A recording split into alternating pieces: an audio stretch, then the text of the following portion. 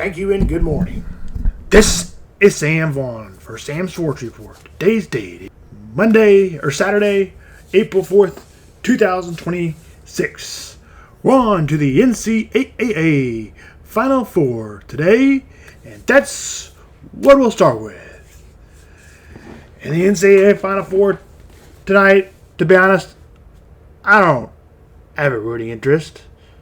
I guess I do, but I usually don't have a rooting interest in the NCAA Final Four since Missouri's never there.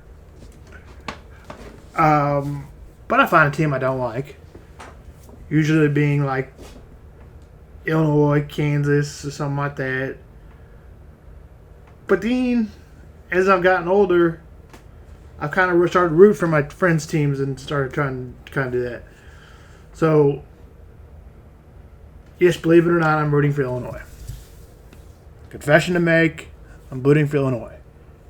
Connecticut's already won it. They got a dunce of a coach. Arizona, they've won it.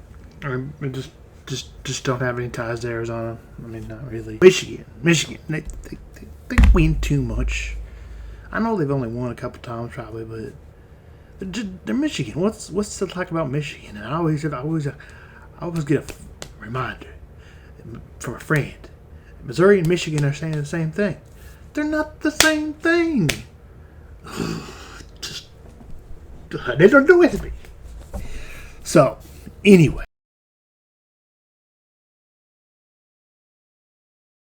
In Illinois. So, yeah, go Lana. I said it. I know I'm going up. Also, doesn't hurt. Keaton Wagler from Shawnee Mission. Just down the road. So the fact that he's in the backyard, great story. Wasn't projected. Wasn't picked up by Missouri or Kansas State. Unfortunately, not by Missouri. But he's had a great year and has proven the doubters wrong. So obviously that's a great story, and you like him. So that's how I found my way rooting for the University of Illinois. And you get it. I just said it. I hate Dan Hurley. So he's like a little kid. So I ain't rooting for him. So that's where we are. The players to watch out for in this one for Illinois. Keaton Wagler from Kansas City, the Shawnee kid. And from the other side of the world, David McCormick is a player to watch out for. He averages 13.5 a game. And for Connecticut, players to watch out for. Tajah Reed, center, top scorer, 14 to 15 points a game, 8 rebounds plus.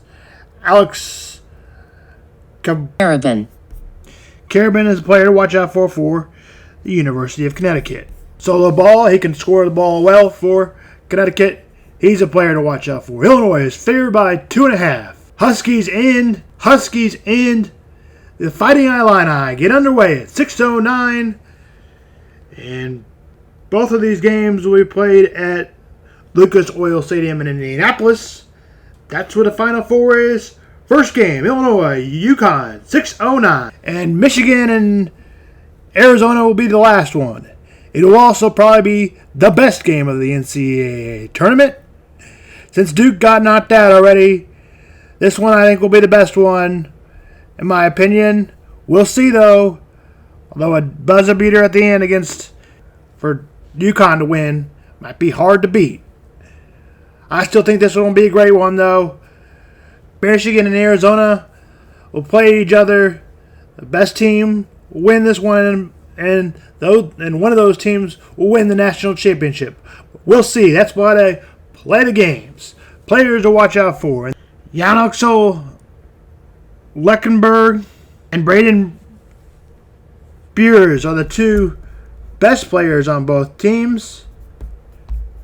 Jaden Bradley is also a good player to watch out for. He's considered the best player by ChatGPT.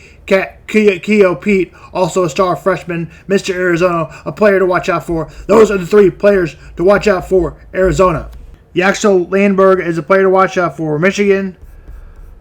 Another player to watch out for Michigan is Andre May, a defensive player of the year. He'll play the defensive side and hope that helps Michigan in the win. Joshin Jr. is also a player to watch out for. Arizona is favored by about 2.5.